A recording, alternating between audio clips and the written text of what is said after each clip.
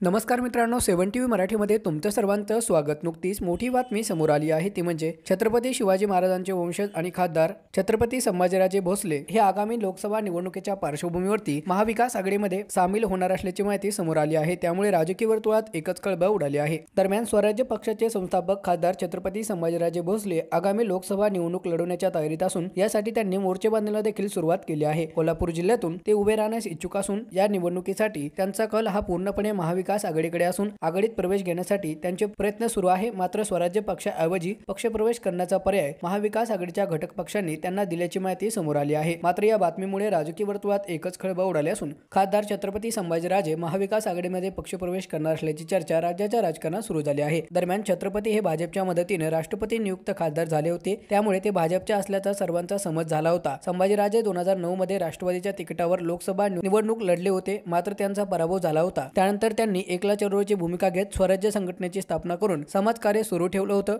मात्र ते आता लोकसभा निवडणूक लढवण्यासाठी इच्छुक आहेत। कोल्हापुरासह नाशिक किंवा मराठवाड्यातील एखाद्या मतदारसंघातून निवडणूक लढवण्यास ते इच्छुक असल्याची माहिती स्वतः त्यांनी दिली आहे। मात्र महत्त्वाची बाब म्हणजे या निवडणुकीसाठी त्यांचा कल हा महाविकास आघाडीकडे असून मात्र आगामी कालावधीमध्ये खासदार छत्रपती संभाजीराजे काय निर्णय घेतात हे पाहणं महत्त्वाचं ठरणार आहे।